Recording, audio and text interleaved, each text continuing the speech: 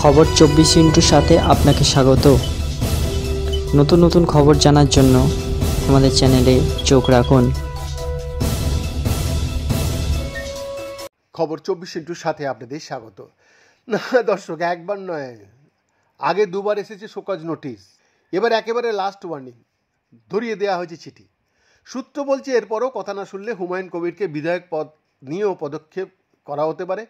শুক্রবার বিধানসভায় হুমায়ুন কবিরকে নিজের ঘরে ডেকে পাঠান শোভনদেব চট্টোপাধ্যায়। তারপর তাকে দলের নির্দেশের কথা জানিয়ে দেওয়া হয়। কিন্তু এত কিছুর পরও বেশ নির্লিপ্তই দেখা গেল ভরতপুরের বিধায়ককে। হাসি মুখে বের হলেন বিধানসভা থেকে। সাংবাদিকরা ছেঁকে ধরতেই বিতর্কিত হুমায়ুনের সাপ কথা, এখন আমি কিছু বলবো না, নো কমেন্ট, যখন সময় আসবে তখন জানতে পারবেন। কিন্তু বলবো না করেও বলে দিলেন অনেক কথাই। দলের মধ্যে চলা কোন্দল নিয়ে বেশ কিছু ইঙ্গিতপূর্ণ মন্তব্য করতে দেখা গেল তাকে। অন্যায়ের বিরুদ্ধে প্রতিবাদ চলবেই, এখনই চুপ করছেন না তিনি, তাও জানালেন অকপটে।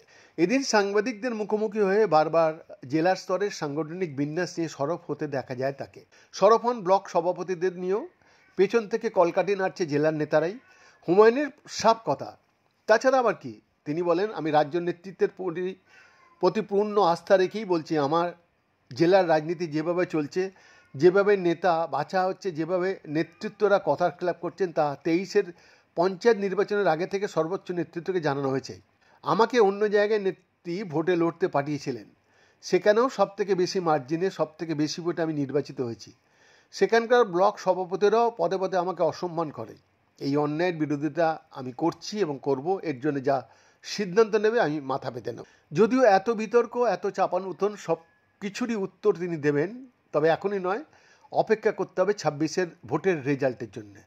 প্রসঙ্গত সাম্প্রতিককালে কাশিম সিদ্দিকী থেকে তৃণমূলের আভ্যন্তরীণ পলিটিক্স নিয়ে নানা বিতর্কিত মন্তব্য করতে দেখা গিয়েছিল হুমায়ুনকে। দলের একাধিক পদক্ষেপে বাংলার সংখ্যালঘুরা তৃণমূলের ওপর আস্থা হারাচ্ছেন বলেও মত হুমায়ুনের। তার দাবি, এই অবস্থা চললে 2026 সালে তৃণমূলের আসন 200-র নিচে নেমে যেতে পারে। এদিন এই নিয়ে প্রশ্ন করতে তিনি বলেন, আমি কি বলেছি, দলনেত্রী কি বলেছেন, সেনাপতি কি বলেছেন, তা 2026 সালের নির্বাচনের রেজাল্টের দিনে বিকাল 4টের সময় জবাব দেবো। এরপরই তার সংযোজন, আমি বলেছি 195 থেকে 198 হবে, আর কেউ বলছে 250 হবে। 2026 সালের ইলেকশনের নোটিফিকেশান দেয়া থেকে ভোটের কাউন্টিং শেষে রেজাল্ট বের হওয়ার পর কোনটা ঠিক, তার উত্তর দেবো আমি। বৈদ্যনাথ দাসের রিপোর্ট, খবর 24/7।